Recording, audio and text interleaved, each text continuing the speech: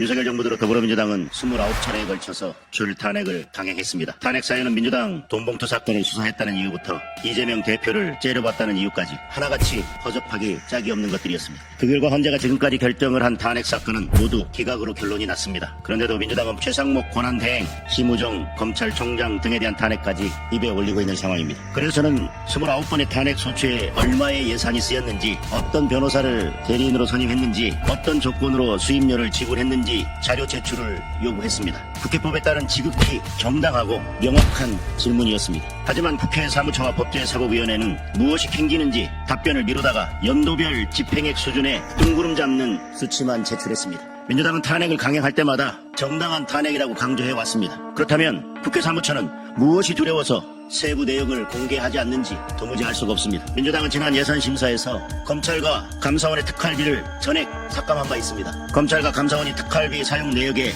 세부 내역까지 제출했음에도 불구하고 민주당의 입맛에 맞지 않는다는 이유로 특활비를 영원으로 만들지 않았습니까? 그런데 왜 민주당 출신의 의장과 사무총장이 있는 국회 사무처는 소추 대리인 선임 비용 내역을 제출하지 않는 것입니까? 지난주 제출된 자료를 보면 윤석열 정부 출범 이후 국회가 탄핵 심판에 사용한 예산은 총 4억 6천만 원이나 됩니다. 도대체 무엇 때문에 이렇게 많은 혈세가 낭비되고 있는지 국민들은 알 권리가 있습니다. 게다가 지금껏 친야 성향의 변호사들을 선임해서 일감을 몰아주고 탄핵 심판에 영향을 미쳐왔던 것은 아닌지 의심되는 상황입니다. 일례로 윤석열 대통령 탄핵 심판의 국회 측 변호인단에는 정계선 헌법재판관 남편이 사실상 대표 변호사로 있는 공감 소속 김희수 변호사가 포함되어 있어서 탄핵 심판 왜곡에 대한 우려가 제기되고 있습니다. 이제라도 떳떳하다면 구체적인 예산 집행 내역과 변호사 선임 내역, 그리고 수임료 지급 조건 등을 투명하게 공개하면 될 일입니다. 민주당 출신이 사무총장을 맡고 있다고 해서 국회 사무처가 민주당과 이재명 대표의 눈치를 보느라 국민의